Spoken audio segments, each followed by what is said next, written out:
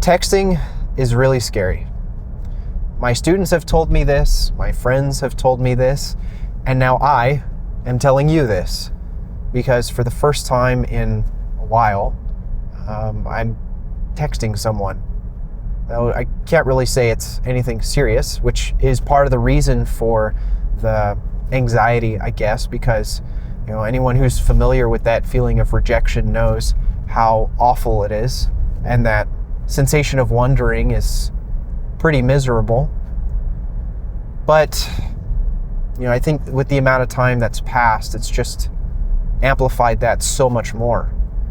And I guess the reason I'm making this video is to comfort anyone who is going through the same situation, or if you want to leave a comment comforting me so I know I'm not the only one, because it's not something I'm used to. I thought for a while there that I'd kind of grown out of those things, like, texting is such a stupid thing anyway. Like, plan things out for the sake of scheduling your next meetup, right? Like that should be the purpose really of communicating online, in my opinion, because unless I'm in a Discord call and I'm gaming online with friends, or having a conversation long distance over the phone with someone to catch up, I really don't like texting or calling that much, because I'd rather see you in person and spend time with you and do a fun activity in that manner,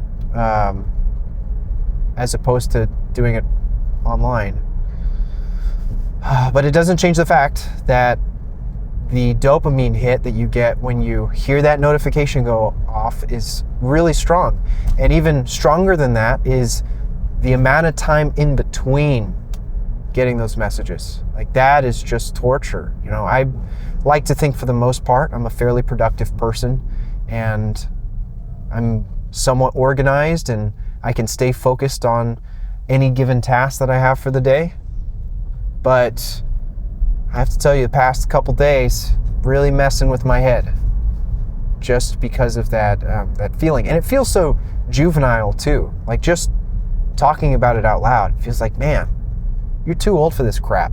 But I think it affects us at any age, and probably will affect us forever, unless there's some magical perspective that I haven't figured out or unlocked yet. Maybe you can illuminate that for me. I think I'm just going to have to do the tango. And if it's any inspiration at all, a bit of advice that I got a while back is, you're going to love and you're going to get your heart broken, and that should not stop you from loving fully again and being willing to get your heart broken a second, a third, a fourth time, knowing that you as a person are not falling apart as a result of each of these occurrences. You're actually developing more and more wisdom. That's the important takeaway, and life can always be beautiful if you look at it in that manner. Here I am trying to convince myself to feel better. Anyways, that's all I got. Have a good night, and I'll talk to you in the next one.